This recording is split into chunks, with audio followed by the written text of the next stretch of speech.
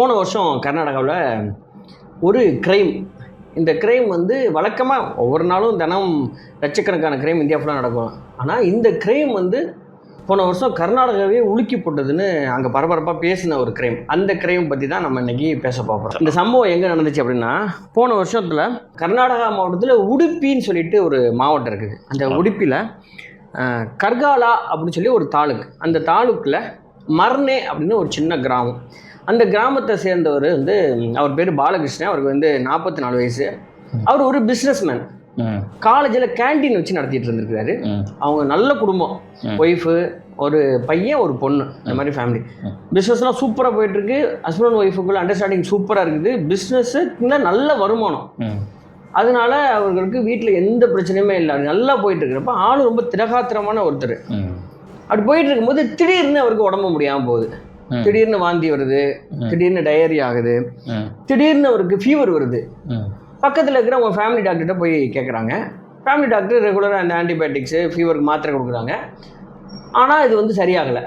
சரி என்னமோ சொல்லிட்டு என்னென்னமோ ட்ரை பண்ணுறாங்க, சரியாகலை. அதுக்கப்புறம் சரி இங்கே வேணாம்னு சொல்லிட்டு அதை விட பக்கத்தில் இருக்கிற ஒரு டவுனில் இருக்கிற பெரிய ஹாஸ்பிட்டல் போய் அங்கேயும் ட்ரீட்மெண்ட் பண்ணுறாரு.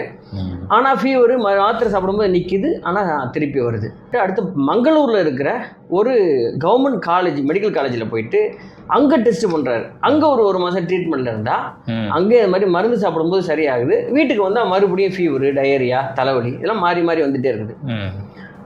அங்கே இருக்கிற இன்னொரு நேஷனல் இன்ஸ்டியூட்டில் போயிட்டு அங்கேயும் செக் பண்ணுறாங்க. அதே மாதிரி பிரச்சனை. எங்கே போனாலும் அவருக்கு வந்து சரியாகவே இல்லை. ஒரு 6-7 மாதம் இதே பிரச்சனை.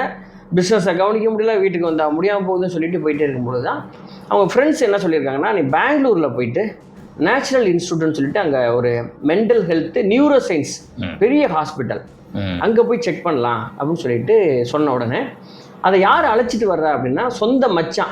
அந்த மச்சான் பேர் சந்தீப். இவங்க 2 பேர் பயங்கரமான க்ளோஸ் ஃப்ரெண்டு. எந்த அளவுக்கு ஃப்ரெண்டு அப்படின்னா, ட்ரீட்மெண்ட்டுக்கெல்லாம் இந்த பாலகிருஷ்ணாட்ட பணம் வாங்காமல் இந்த சொந்த மச்சான் மட்டும், அது மட்டும் இல்லாமல் ஃப்ரெண்டும் கூட. அதனால் சொந்த பணத்தை போட்டு அவர் போட்டிருந்த செயின் எல்லாம் விற்று தான் ட்ரீட்மெண்ட் பண்ணியிருக்காப்புல.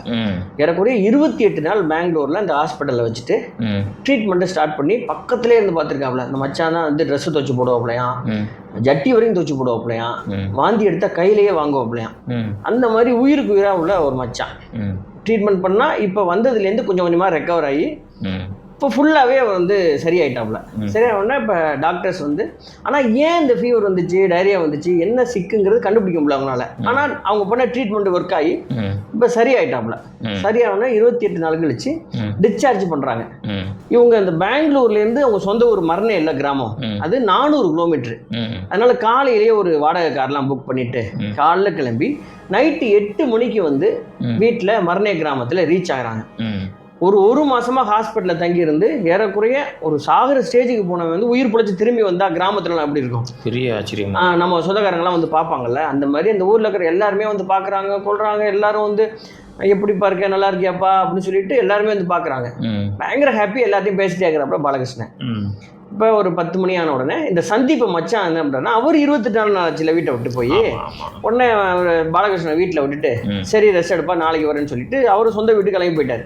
அங்கேருந்து ஒரு 15-20 நிமிஷம் அவருடைய சொந்த வீட்டுக்கு. இப்போ 10 மணிக்கு பாலகிருஷ்ணனுடைய ஒய்ஃப் என்ன பண்ணியிருக்காங்கன்னா, சரி ஒரு மாதம் கழிச்சு வீட்டுக்கு வந்திருக்காரு, நாளைக்கு வந்து பாருங்கன்னு சொல்லி ரிலேஷன்ஸ்லாம் அவங்க வீட்டுக்கு அனுப்பிட்டு அவர் ரெஸ்ட் எடுக்கட்டும் அப்படின்னு சொல்லி தூங்க வச்சிருக்காங்க. தூங்க வச்சா 3 மணிக்கு இப்போ இந்த பாலகிருஷ்ணனுடைய அப்பா அம்மாவுக்கு ஒரு ஃபோனு. அதே மாதிரி இந்த மச்சான் சந்தீப் இருக்கான்ல, சந்தீப் போய் அப்போ தான் ஃப்ரெஷ் அப் ஆகிட்டு ஒய்ஃப்டெல்லாம் பேசிட்டு படுத்துருக்கான். படுத்து 10 நிமிஷத்தில் ஃபோன் அட்டன் பண்ணால் பாலகிருஷ்ணன் இறந்து போயிட்டாப்ல அப்படின்னு ஃபோனு ஒய்ஃபு பண்ணி சொல்கிறாங்க. அழுகுறாங்க, கத்தி கதறி அழுகுறாங்க. செத்துட்டாரு, என்னமோ தெரியல, ஒரு மூச்சு நின்று போன மாதிரி இருக்குது, நீங்கள் உடனே வாங்கினா அடிச்சு பிடிச்சி எல்லாம் வந்திருக்காங்க. வந்து ஊரே கூடி நின்று பார்த்தா அவர் இறந்து கிடக்குறாரு. பாலகிருஷ்ணன் இறந்து கிடக்கிறாரு. இந்த சந்தீப்புக்கு ஒன்றுமே சொல்ல முடியலன்னா, செத்து போனவர் பொழைச்சி வந்து நார்மல் ஆனதுக்கப்புறம் வீட்டுக்கு வந்தால் எப்படி இறந்து போவார் அப்படின்னு சொல்லி எல்லாருமே அழுகுறாங்க. ஒருவேளை இவர் வந்து ஆல்ரெடி முடியாமல் இருந்தவர் தான், அதனால ஹார்ட் அட்டாக்ல எதுவும் இறந்துட்டாரா, இல்லை ரொம்ப டிப்ரெஷனில் இருந்தாரா அப்படின்னு சொல்லிட்டு எல்லாருக்குமே ஒரு டவுட்டு. அதனால இறந்து போன மனுஷன் என்ன பண்ண முடியும் அப்படின்னு சொல்லிட்டு இருக்கும்போது தான் ஒரு விஷயத்தை கவனிக்கிறான் அந்த சந்தீப். என்னன்னா, இந்த பாலகிருஷ்ணனுடைய கழுத்தில் வந்து நகைக்கீரல்கள் இருக்குது. யாரோ ஸ்கிராட்ச் பண்ண மாதிரி இருக்கணும்னே ஒரு டவுட் வந்துருச்சு. இப்போ இதுக்கு வேகமாக வீட்டில் உள்ளவங்களாம் என்ன பண்ணுறாங்கன்னா இறுதி சடங்கு பண்ணலாம்னு சொல்லிட்டு அந்த காரியங்கள் பந்தல் போடுறது, தப்புக்கு சொல்கிறது மாதிரி வேலையெல்லாம் பண்ண ஆரம்பித்தோடனே சந்திப்பு யாருக்குமே தெரியாமல் அவங்க போலீஸ் லிமிட் வந்து அஜிக்கர்னு சொல்லிட்டு, அதான் அவங்களுடைய போலீஸ் லிமிட் தான். அந்த போலீஸ் ஸ்டேஷனுக்கு ஃபோன் பண்ணி இந்த மாதிரி மச்சானுடைய டெத்தில் எனக்கு வந்து டவுட்ஸ் இருக்குது, அதனால நீங்கள் வந்து இதை என்கொயரி பண்ணுங்கன்னு சொன்ன உடனே இப்போ போலீஸ் காலையில் 8 மணிக்கெல்லாம் வந்துடுறாங்க. இப்போ யார் உங்களுக்கு கம்ப்ளைண்ட் கொடுத்தது, இது வந்து நார்மல் டெத்து தான் அப்படிங்கிற மாதிரி அந்த அங்கே இருக்கிறவங்கலாம் பேச ஆரம்பிக்கிறாங்க. கம்ப்ளைண்ட் கொடுத்தோன்னா நாங்கள் தீவிரமாக விசாரிச்சு தான் விடுவோம்னு சொல்லிட்டு அந்த பாடியை கைப்பற்றி போஸ்ட்மார்ட்டத்துக்கு அனுப்பிச்சிடுறாங்க. என்கொயரியை ஸ்டார்ட் பண்ணால் இப்போ அவங்களுக்கு யார் மேலெல்லாம் டவுட்டுன்னா, உயிருக்கு உயிராக இருந்த இந்த சந்தீப்பு சொந்த கை காசு போட்டு பண்ணியிருக்கான், இவ்வளோ நெருக்கமாக இருந்திருக்கான்னா ஒன்று இவனால உயிருக்கு இருக்குது ஆபத்து வரது வாய்ப்பு இருக்குது. ஏன்னா இவன் நல்லா பிஸ்னஸ் பண்ணிட்டு இருக்கா அவ்வளோ பாலகிருஷ்ணன். சந்தீப்போட பேக் ட்ராப்பும் பெருசாக ஒன்றும் இல்லை. ரெண்டாவது இவங்க வீட்டிலேயே இவர் கூடவே இருந்து கவனிச்சுட்டு இருந்திருக்காங்க அத்தை, ஒரு அத்தை. அந்த அத்தை வந்து என்ன பண்ணியிருக்காங்கன்னா, இவங்க வந்து ஏன் இவ்வளோ நெருக்கமாக இருந்திருக்காங்க, அவங்க ஏதாவது பிளான் பண்ணி கொண்டிருக்கலாமா அப்படின்னு. இன்னொன்று இவங்க அப்பா அம்மா அவங்க வந்து புது வீடு கட்டிட்டு இவர் தனியாக வந்திருக்கிறாரு, அந்த மாதிரி ஏதாவது உண்டா, வேற தொழில் போட்டி ஏதாவது இருக்குமா, இந்த சர்க்கிளில் வந்து இவங்க ஒய்ஃபு மேலேயும் சாதாரணமாக அவங்களுக்கு ஒரு டவுட்ஸ் இருக்குது. ஒய்ஃபு மேலே இந்த மாதிரி 5-6 பேர் மேலே டவுட் இருக்குன்னு சொல்லிட்டு ஒன்று அவங்க என்கொயரி பண்ண ஸ்டார்ட் பண்ணியிருக்கிறாங்க. சரி, இப்போ இந்த பாலகிருஷ்ணன் யார் அப்படிங்கிற அவங்க டீட்டெயிலை எடுக்கிறாங்க. பாலகிருஷ்ணன் வந்து ஆரம்பத்தில் என்ன பண்ணியிருக்காருன்னா, அங்கே இருக்கிற மங்களூரில் இருக்கிற ஒரு பெரிய ஹோட்டல் மேனேஜராக இருந்திருக்காரு. அங்கேருந்து டிரான்ஸ்ஃபர் ஆகி பாம்பேயில் போயிட்டு ஒரு பெரிய ஹோட்டலில் மேனேஜராக வேலை பார்த்துருக்காரு. 18 வருஷத்துக்கு முன்னாடி அவருக்கு கல்யாணம் ஆகிருக்குது. இவருக்கு கல்யாணம் ஆகும்போது இவங்க ஒய்ஃபு பேர் பிரதிமாவுக்கும் இவருக்கும் 8 வயசு வித்தியாசம். நல்ல காசு பணம் நல்லா புடங்கிருக்கு. 2 பேரும் பாம்பேல தான் இருந்திருக்காங்க. பண பிரச்சனை இல்லைங்கிறதுனால லைஃபுக்குள்ள எந்த பிரச்சனையும் இல்லை. ரொம்ப நல்லா லவ் பண்ணி ஹஸ்பண்ட் ஒய்ஃபு ரொம்ப நல்லா இருந்திருக்காங்க. கீழே 2 குழந்தைங்க, ஒரு பையன் ஒரு பொண்ணு, இந்த 2 பேரும் பிறந்திருக்காங்க. அதுக்கப்புறம் இந்த கொரோனா பீரியட்ல எப்படி இருக்காங்கன்னா, எல்லாருக்குமே வேலை போன மாதிரி இவங்களுக்கும் வேலை போயிடுச்சு. இவருக்கு வேலை போனோம்னா அதுக்கப்புறம் சொந்த ஊருக்கு திரும்பி வர்றாரு. திரும்பி வந்தால் அந்த 1 வருஷம் ஒரு கையில் சுத்தமாக பணம் இல்லை. இப்போ சேவிங்ஸ் எல்லாமே எடுத்தா செலவு பண்ணுறாங்க. இப்போ 2 பிள்ளைங்க படிப்பு, ஹெல்த்து, சாப்பாடு, வீடு எல்லாத்துக்குமே செலவு பண்ணி இப்போ பணத்துக்கு ரொம்ப பிரச்சனை ஆயிடுச்சு. பண பிரச்சனைனா இவர் மறுபடியும் ஏதாவது பிஸ்னஸ் ஆரம்பிக்கலாம் சொல்லி கடனை வாங்கிட்டு என்ன பண்ணாருன்னா, பக்கத்தில் இருக்கிற ஒரு காலேஜில் போயிட்டு கேண்டீன் ஒன்று ஸ்டார்ட் பண்ணுறாரு. கேண்டீன் ஸ்டார்ட் பண்ணால் ஃபஸ்ட்டு 6 மாதம் பயங்கர கஷ்டம். கேண்டீன் சரியாக போகவே இல்லை. ரொம்ப கஷ்டப்பட்டு வேலை பார்த்துட்டே இருந்திருக்காரு. அதுக்கப்புறம் கொஞ்சம் கொஞ்சமாக கேண்டீன் பிக்கப் ஆகி இப்போ கேண்டீன் ஓஹோன்னு ஓட ஆரம்பிச்சிருச்சு. நல்ல வருமானம் வர ஆரம்பிச்சிருச்சு. இதுக்கு இடையில என்னன்னா, ஒய்ஃப் வந்து வீட்டில் இருந்திருக்காங்க. வீட்டில் இருந்துட்டு அவங்க பெரிய வேலையெல்லாம் ஒன்றும் இல்லாமல் மொபைல்லையே அவங்க இருந்திருக்காங்கனால, சரி நீ இந்த மாதிரி சும்மா இருக்க வேணாமா, அவனுக்கு ஒரு பியூட்டிஷியன் கோர்ஸ் ஒன்று சேர்த்து விட்றேன், நீ போய் படி அப்படின்னு சொல்லிட்டு அவங்கள ஒரு கோர்ஸ் சேர்த்துருக்காங்க. அந்த கோர்ஸ் சேர்த்துட்டு இருக்கும்போது 2 பேருக்கு என்ன ஹாபி அப்படின்னா, ஃப்ரீயாக இருக்கும்போது என்ன பண்ணுவாங்கன்னா, ரீல்ஸ் 2 பேருமே போடுவாங்க. 2 பேர் ரீல்ஸ் போட்டு சோசியல் மீடியா, இன்ஸ்டாகிராமு, ஃபேஸ்புக்கு இது எல்லாத்துலேயுமே அவங்க அப்லோட் பண்ணுவாங்க. அப்படி அப்லோட் பண்ணிட்டு இருக்கு அவங்களுடைய ஹாபி. இது ஒரு பக்கம் போயிட்டே இருக்கும்போது இவங்க பியூட்டிஷியன் கோர்ஸ் வந்து முடிச்சிடுறாங்க. முடிச்ச உடனே இவங்களுக்கு ஒரு பியூட்டி பார்லர் ஒன்று ஓப்பன் பண்ணி அதை அவங்க ரன் பண்றாங்க. அதுவும் நல்லா போகுது. 2 இவன் பியூட்டி பார்லர் ஓப்பன் பண்ணா கூட இந்த ஹஸ்பண்ட் ஒய்ஃபுக்குள்ள எந்த பிரச்சனையுமே இல்லை. அவ்வளோ டிரான்ஸ்பரன்சியா இருக்காங்க. இவங்க 2 பேர் ரீல்ஸ் போடும்போது நிறைய மெசேஜ் எல்லாம் வரும்ல, அதுல வந்து நிறைய பசங்க வந்து நீங்க ரொம்ப அழகா இருக்கீங்க அக்காலாம் சொல்லி மெசேஜ் போடுவாங்களாம். அதுக்கு இந்த பொண்ணு வந்து ஹஸ்பண்ட்டை காட்டுவாங்க, இந்த மாதிரி மெசேஜ் பண்ணியிருக்காங்க அப்படின்னா. அதெல்லாம் ஒன்றும் இல்லைம்மா, அதெல்லாம் சோஷியல் மீடியாவில் இருக்கும்போது எல்லாம் பண்ணுவாங்க. அதில் ஹஸ்பண்ட் ஒய்ஃபுக்குள்ள இப்படி இருந்திருக்குது. ஸோ இப்படி அவங்க லைஃப் வந்து இப்படி போயிட்டே தான் இருந்திருக்குது. இப்போ இன்னொரு என்கொயரி இவங்க அத்தை மேலே ஸ்டார்ட் பண்றாங்க.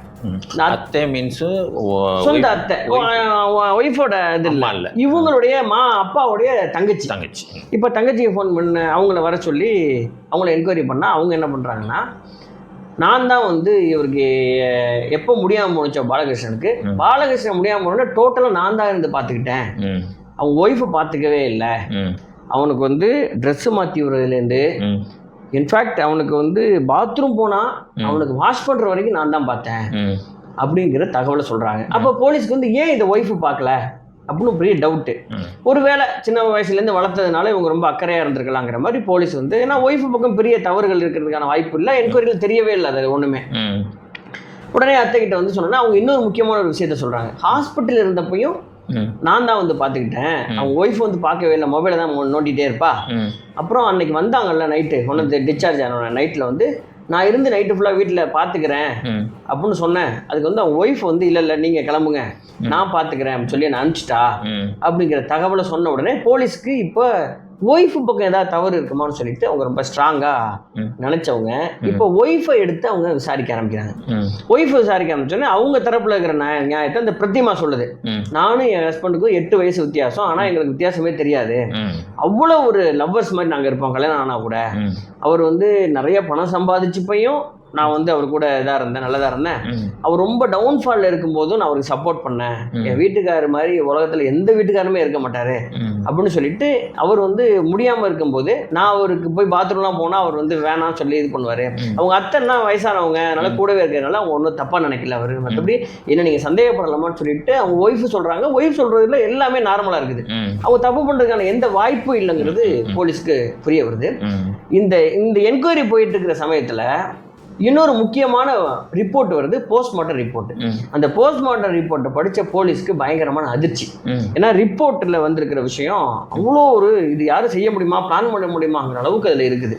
அது மட்டும் இல்லாமல் இந்த சந்தீப் இருக்கார்ல மச்சான், அந்த சந்தீப்பு இந்த போலீஸ் ஸ்டேஷனுக்கு ஒரு ஆடியோ அனுப்புறாரு. அதை கேட்ட போலீஸ்க்கு பயங்கரமான ஷாக்கு. சந்தீப்பை கூப்பிட்டு என்கொயரி ஸ்டார்ட் பண்ணும்போது அவர் என்ன சொல்றாரு அப்படின்னா, ஆக்சுவலாக வந்து எனக்கு என் மச்சானுக்கும் பயங்கர, நாங்கள் வந்து என் சொந்த தங்கச்சி தான் கல்யாணம் பண்ணி கொடுத்துருக்கேன். ஆனால் தங்கச்சி கல்யாணம் பண்ணுறதுக்கு முன்னாடி நாங்கள் ஃப்ரெண்ட்ஸு, 2 பேரும் ஒன்றுக்குள்ளே ஒன்று இருப்போம். அவன் வந்து எப்படியாவது பழச்சிடணும்னு சொல்லிட்டு நான் வந்து அவ்வளோ கஷ்டப்பட்டு பார்த்தேன். கொண்டாந்து விட்டுட்டு தான் போனேன், நல்லா தான் இருந்தான். 8 மணிக்கு கொண்டாந்து விட்டுட்டு தான் போனேன். ஆனால் நைட்டு 3 மணிக்கு நான் படுக்கும்போது அவன் இறந்துட்டான் தகவல் சொன்னேன். என்னால் நம்ப முடியல. நான் வந்து பார்க்கும்போது என்னுடைய கழுத்துலலாம் நகை கீரல் இருந்துச்சு. எனக்கு என்னமோ வந்து இது தப்பாக இருக்குன்னு தோணிகிட்டே இருந்துச்சு. ஏன்னா அன்னைக்கு எல்லாருமே அனுப்பிச்சிட்டு என் தங்கச்சி மட்டும் தான் இருந்தா. அதனால தங்கச்சிட்ட போயிட்டு நான் போய் கேட்டேன், நீ தான் நைட்டு இருந்த, அதனால என்ன நடந்துச்சுன்னு உண்மையை சொல்லிடு அப்படின்னு சொல்லி நான் கேட்கும் பொழுது அவள் வந்து சொல்ல ஆரம்பிச்சா. அவன் மேலே எனக்கு டவுட் இருந்ததுனால அவர்கிட்ட பேசும்போதே என்னோடய ஃபோனை வந்து நான் வாய்ஸ் ரெக்கார்டரில் போட்டுட்டு தான் பேச ஆரம்பித்தேன் அப்படின்னு சொல்லிட்டு என்ன தங்கச்சி சொன்னாங்கிற தகவலை இப்போ வந்து அவர் சொல்கிறாங்க. இப்போ என்ன மேட்ரு அப்படின்னா, ரீல்ஸ் போட ஆரம்பிச்சாங்கல்ல, அது இப்போ சோஷியல் மீடியாவில் நிறைய அதுக்கு பாராட்டி நீங்கள் ரொம்ப அழகாக இருக்கீங்கக்கா, நீங்கள் அந்த நடிகை மாதிரி இருக்கீங்க, இந்த நடிகை மாதிரி இருக்கீங்கலாம் பேசி மெசேஜ் வந்தோடனே இவர் வந்து கேண்டீன் பார்க்க போயிடுறாரு, இந்த அம்மா வந்து பியூட்டி பார்லருக்கு போயிடுது. இப்படி போயிட்டு இருக்கும்போது ரெகுலராக ஒருத்தன் வந்து மெசேஜ் பண்ண ஆரம்பிக்கிறான். அவன் யாருன்னா, அவன் பேர் திலீப், 28 வயசு பையன். இந்த பிரதிமாவுக்கு 36 வயசு, ஏறக்குறைய இவங்க 2 பேருக்கு 8 வயசு வித்தியாசம். இந்த திலீப் யாரு அப்படின்னா, இவங்க அப்பா மிகப்பெரிய ஹோட்டல் உரிமையாளர். இவன் வந்து மங்களூர்ல வந்து பாலாஜின்னு சொல்லிட்டு பெரிய ஹோட்டல் வச்சிருக்காரு. அது இல்லாம இந்தியா ஃபுல்லா வச்சிருக்காரு. பாம்பேல தான் இந்த பையன் இருப்பான். பாம்பேலேருந்து இவன் என்ன பண்ணியிருக்கான்னா, இந்த இன்ஸ்டாவில் ஃபாலோ பண்ணி இந்த பொண்ணுக்கு வந்து மெசேஜ் பண்ண ஆரம்பிக்கிறான். இவனுடைய பேக்ரவுண்டு தெரிஞ்ச உடனே, பெரிய கோடீஸ்வரன் தெரிஞ்ச இந்த பொண்ணு ரிப்ளை பண்ண ஆரம்பிக்குது. இவன் அவங்க அப்பாவுடைய ஹோட்டல் மங்களூரில் பாலாஜி ஹோட்டலுக்கு அடிக்கடி வர ஆரம்பிச்சவன் இந்த பொண்ணை மீட் பண்ணியிருக்கான். மீட் பண்ணி 2 பேரும் வெளியில் சுற்ற ஆரம்பிச்சிருக்காங்க. இப்போ பெரிய கோடீஸ்வரன் அப்படிங்கிறனால இந்த பொண்ணுக்கு பயங்கரமாக கண்ணா பின்னாலும் செலவு பண்ணியிருக்கான். செலவு பண்ண உடனே 2 பேரும் அட்டாச் ஆகி வேறு மாதிரி இல்லீகல் கான்டாக்ட் மாதிரி அவங்களுக்கு ஆகி தனித்தனியாக போய் தங்குறது கொள்றதுன்னு இப்படி இருந்திருக்கு. இது ஹஸ்பண்டுக்கு தெரியாமல் இருந்திருக்குது. இதே இந்த பாலகிருஷ்ணனுடைய ஹஸ்பண்டுடைய ரிலேஷன்ஸ் யாரோ பார்த்துட்டு பாலகிருஷ்ணன் கூப்பிட்டு, இந்த மாதிரி ஒய்ஃப் வந்து ஒரு பையன் கூட சுற்றிட்டு இருக்கா, நீ கண்டிச்சு வச்சுக்கன்னு சொன்ன உடனே இப்போ பாலகிருஷ்ணன் போயிட்டு ஒய்ஃப்கிட்ட கேட்க, ஆமாம் நடந்தது உண்மைதான், நான் தப்பு பண்ணிட்டேன், நான் மன்னிச்சிருங்க, இனிமே பண்ண மாட்டேன் அப்படின்னு சொல்லிட்டு அந்த ரிலேஷன்ஷிப்பை அப்படியே கட் பண்ணிட்டு மறுபடியும் நார்மல் லைஃபுக்கு வர ஆரம்பிக்கிறாங்க. கொஞ்ச நாள் இப்படி இருந்தவங்க மறுபடியும் அந்த திலீப் என்ன பண்ணுறான், மெசேஜ் பண்ண ஆரம்பிக்கிறான். அதாவது ஹஸ்பண்டுக்கு தெரிஞ்சிருச்சு. தெரிஞ்ச உடனே இதுவும் வந்து ஸ்டாப் பண்ணிருச்சு, விட்டுட்டு நார்மல் லைஃபுக்கு வந்துட்டாங்க. வந்தோடனே அந்த பையன் இல்லையா, திருப்பி வந்து அவன் உடுப்பி ஹோட்டலுக்கு வந்துட்டு மெசேஜ் பண்ணுறான், நீ வா நம்ம சந்திக்கலாம் அப்படின்னு. கொஞ்சம் மாதம் விட்டுருந்த அந்த பொண்ணுக்கு வந்து அந்த இவனுடைய ஆடம்பரம், காசு, சின்ன பையன் இல்லை 28 வயசு, அந்த அம்மா 36 வயசு, இதெல்லாம் வந்து மறுபடியும் ஹஸ்பண்டை விட்டு அவனை தேடி போக ஆரம்பிச்ச உடனே இப்போ அந்த பையன் என்ன சொல்லியிருக்கான்னா, அவன் ஹஸ்பண்ட் வந்து நீ டைவர்ஸ் பண்ணிடு, நான் கல்யாணம் பண்ணிக்கிறேன் சொன்னோன்னே, இல்லை 18 வருஷம் ஆயிடுச்சு நான் கல்யாணம் பண்ணி, எங்களுக்குள்ள எந்த பிரச்சனையுமே இல்லை, எனக்கு 2 பசங்க இருக்காங்க, அதனால டைவர்ஸ் கொடுக்க மாட்டாரு அப்படின்னா, அப்போ நான் வேற பிளான் பண்ணலாம், என்ன பண்ணலாம்னா உங்கள் வீட்டுக்கார கொண்டுடலாம் யாருக்கும் தெரியாம அப்படின்னு சொன்ன உடனே ஆரம்பத்தில் அந்த பொண்ணு வந்து இதுக்கு ஒத்துக்கலை. அப்புறம் போக போக அவன் மேலே இருந்த அந்த நம்ம அதீதமான ஈடுபாடு இருக்குல்ல, ஈடுபாடு அதில் வந்துட்டு ஓகே சொல்லிடுச்சு. எப்படி கொள்ளலாம், யாருக்குமே தெரியாமல் கொள்றது எப்படின்னு சொல்லிட்டு என்ன பண்ணியிருக்காங்கன்னா 2 பேருமே கூகுள் பண்ணி செக் பண்ணியிருக்காங்க. கூகுள் பண்ணி ஒரு கெமிக்கல் காம்போனன்ட்டு, அந்த காம்போனன்ட் பேரை வந்து நம்ம பொதுமக்களுக்கு தெரிய வேணாம்னு சொல்லிட்டு நம்ம அதை மறைக்கும். கெமிக்கல் காம்போனன்ட்டு அதை வந்து இவன் கண்டுபிடிச்சிருக்கான் கூகுள்லேயும் பண்ணி.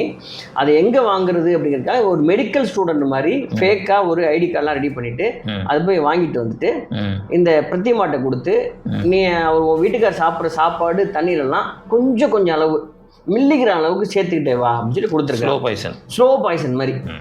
அதை இந்த அம்மா வாங்கி கொண்டாந்து வீட்டுக்காரருக்கு கொடுக்க தான் இப்போ இவருக்கு சாப்பிட்ற சாப்பாடில் சேர்க்க சாப்பிட இவருக்கு டயரியா, தலைவலி, ஃபீவர் காரணமே இல்லாமல்.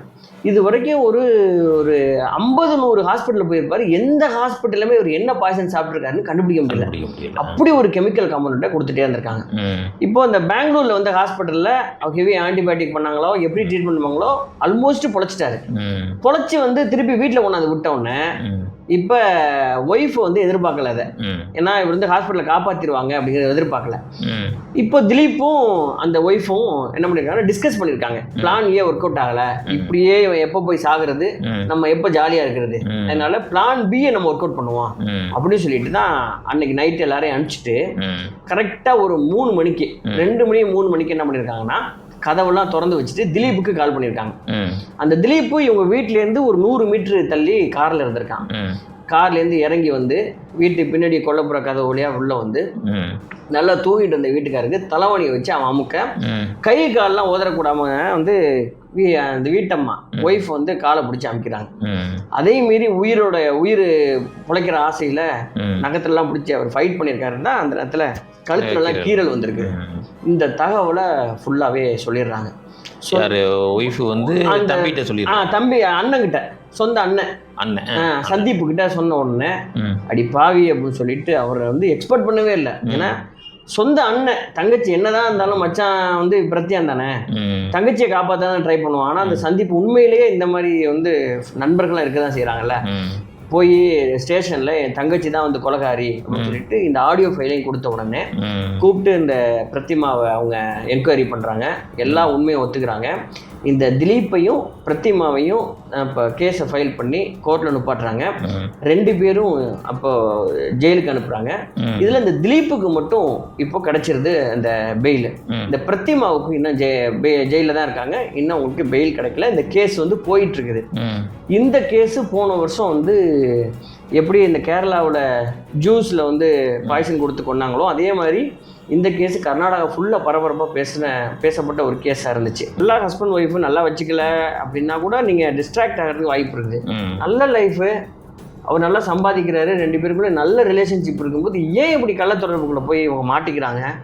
இதுக்கு என்ன பிரச்சனை? பார்க்குற வியூவர்ஸ் வந்து இந்த மாதிரியான நபர்களுக்கு என்ன தண்டனை கொடுக்கலாம்? நீங்கள் தண்டனை கொடுக்கணும்னா என்னென்ன தண்டனை கொடுப்பீங்க? தண்டனை என்ன, இனிமேல் வந்து அதையும் சம வந்து தூக்கு தண்டனை மாதிரி கொடுத்துடணும், கொண்டுறணும். அடுத்தது தப்பாக புரிஞ்சிக்கிச்சு நினைக்கிறேன் அந்த பாட்டை. 8 மனுஷ வாழ்க்கையை பிரிச்சுக்கணும்னு. அவருக்கும் ஹஸ்பண்டுக்கும் இதுக்கும் 8 வயசு டிஃப்ரெண்ட்டு. இது வயசு அதிகம். அவர் இது என்ன பண்ணிடுச்சு, சரி இந்த வாழ்க்கை வாழ்ந்தாச்சு அடுத்த 8க்கு போகணும்னு சொல்லிட்டு கீழே இந்த திலீப்ன்ற பையனுக்கு 8 வயசு கம்மி. அந்த பாட்டை தப்பாக புரிஞ்சுக்கிச்சு. அது முதல் 8 புருஷன் கூட அடுத்த 8 யாரோ, அப்போ இன்னொரு 8 வரும்போது இன்னொருத்தர மாற்றிருமா அந்த பொண்ணு? வாய்ப்பு இருக்குது. ஆனால் அதை விட்டால் எவ்வளோ கேவலமான ஒரு இப்போ வந்து ஆல்மோஸ்ட் 18 வருஷத்துக்கு முன்னாடி கல்யாணம்னா 16 வயசுல பையனோ பொண்ணோ இருக்கும். டீனேஜில் பொண்ணும் பையனாக இருக்கும்போது அவங்க என்ன நினைப்பாங்க, அவங்க லைஃப் இப்போ அப்பாவும் இல்லை அம்மாவும் இல்லை, அப்பா இறந்து போயிட்டாரு, அம்மா வந்து ஜெயிலில் இருக்குது. இந்த 2 பசங்களும் எப்படி இருப்பாங்க, அவங்க ஃப்யூச்சர் என்ன ஆகும், ஏன் இந்த மாதிரி இல்லீகல் கான்டாக்டுக்குள்ளே மாட்டிக்கிட்டு இப்படி நாடுறாங்க? எவ்வளோ டெய்லி செய்தி கேட்குறோம். இப்படி போனால் இதோட எண்டு போய் இப்படி தான் முடியும், கேவலப்படணும், சாகணும், இல்லைன்னா ஜெயிலில் இருக்கணும், இல்லைன்னா அசிங்கப்படணும், நல்ல லைஃப்பில் வரவே முடியாதுங்கிறது தெரிஞ்சு ஏன் இப்படி போய் மாட்டுறாங்கங்கிறது தெரியல. ஃப்ரெண்ட்ஸ், இது வந்து இந்த சம்பவத்தை பற்றி நீங்கள் என்ன நினைக்கிறீங்க? இவங்களுக்கு என்ன தண்டனை கொடுக்கலாம்னு நீங்கள் நினைக்கிறீங்க? அது மட்டும் இல்லாமல் இந்த மாதிரி இல்லீகல் கான்டாக்டுக்குள்ளே பார்க்குறவங்க யாராவது இருக்கீங்கன்னா தயவு செஞ்சு இன்றைக்கி அதுக்கு ஒரு முற்றுப்புள்ளி வச்சுருங்க. இல்லைனா மற்றவங்களாம் சேர்ந்து அதுக்கு முற்றுப்புள்ளி வைக்கக்கூடிய சூழல் வருங்கிறது தான் உண்மை, இல்லையாண்ணே? கண்டிப்பாக. சரி நண்பர்களே, நம்ம இன்னொரு முக்கியமான சம்பவம் மூலமாக சந்திப்போம். நான் உங்களை RS ராஜா. நன்றி, வணக்கம்.